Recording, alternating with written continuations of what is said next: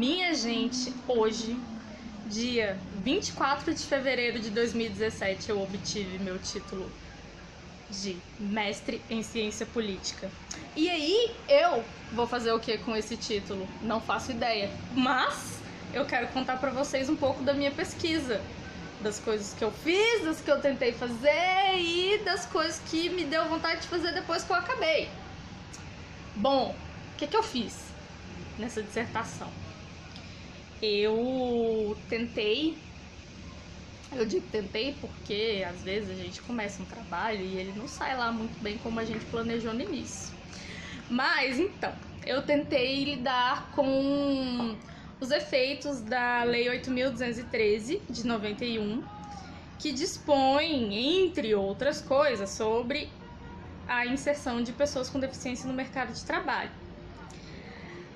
Para isso, eu peguei os dados do programa Senac Emprego, que encaminha ex-alunos para o mercado de trabalho através de uma espécie de classificados que eles mantêm desde 2007. Nesse trabalho eu peguei os dados de 2014 e 2015. Que mais?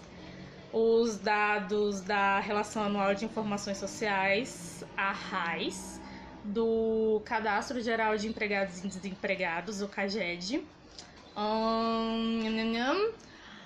Literatura sobre movimentos sociais, outras legislações, né, brasileiras, aqui, né, no caso nacional, sobre direitos das pessoas com deficiência, literatura sobre justiça, reconhecimento, beleza. E aí, para esse vídeo não ficar muito longo, eu quero deixar vocês com as coisas mais chocantes, assim. Quando a gente chega lá na análise dos dados,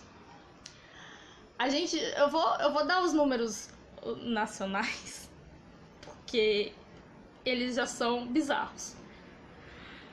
Aqui no Brasil, segundo os dados da RAIS 2015, mas isso é uma coisa que continua, que é frequente, a taxa de ocupação das pessoas com deficiência é assim, de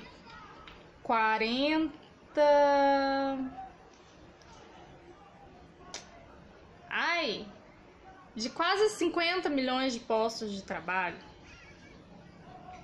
a gente tem, tipo,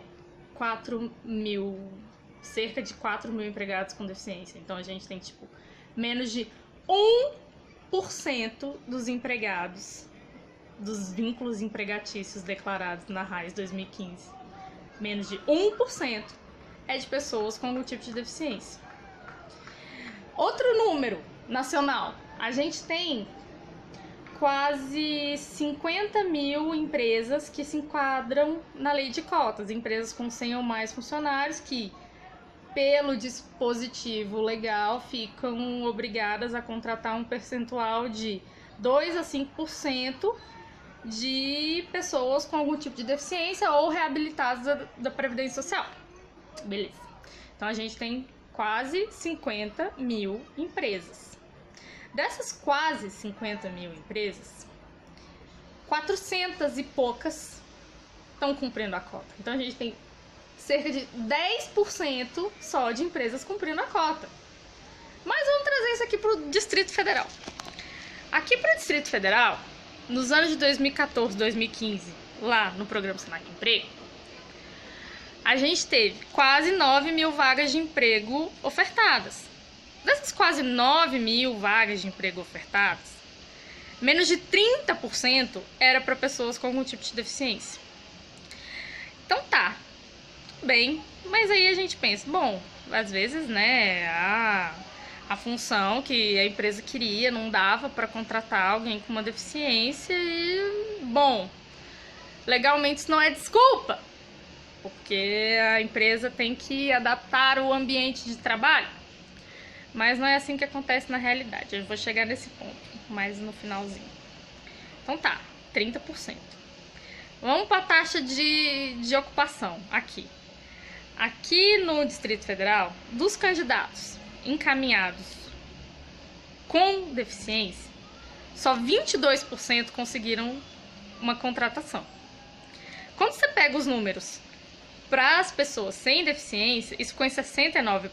Então, assim, mais da metade dos candidatos sem deficiência conseguiram emprego e 20% dos candidatos com deficiência não conseguiram emprego. Assim, é doidão, não é não?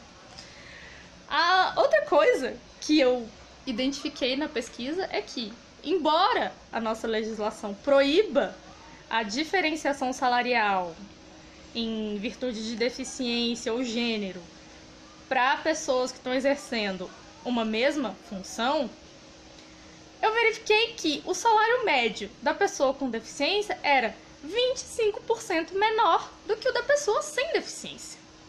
E aí, assim, lá, esse programa, Senac Emprego, ele funciona com o aluno preenchendo um currículo, um mini currículo, e a empresa preenchendo um cadastro lá da vaga que ela tem disponível.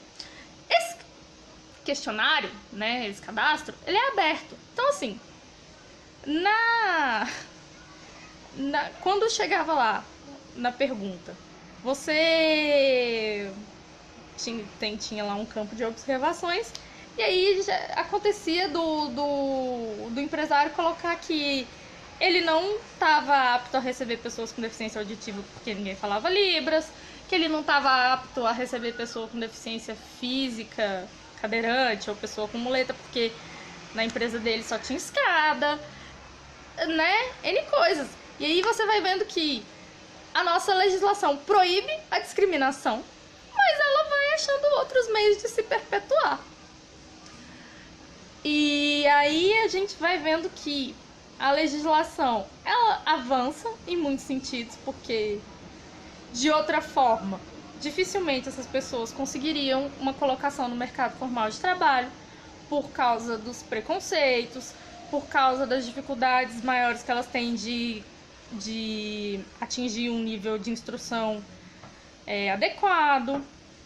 Por sua vez, né? Por que essa pessoa não está instruída? Porque o sistema de ensino continua com poucas adaptações. Porque o ambiente é cheio de obstáculos, que às vezes ela não consegue chegar na escola, porque ela usa uma cadeira de rodas, e aí a escola só tem buracos até o caminho dela até essa escola. Então, né, olha só que beleza.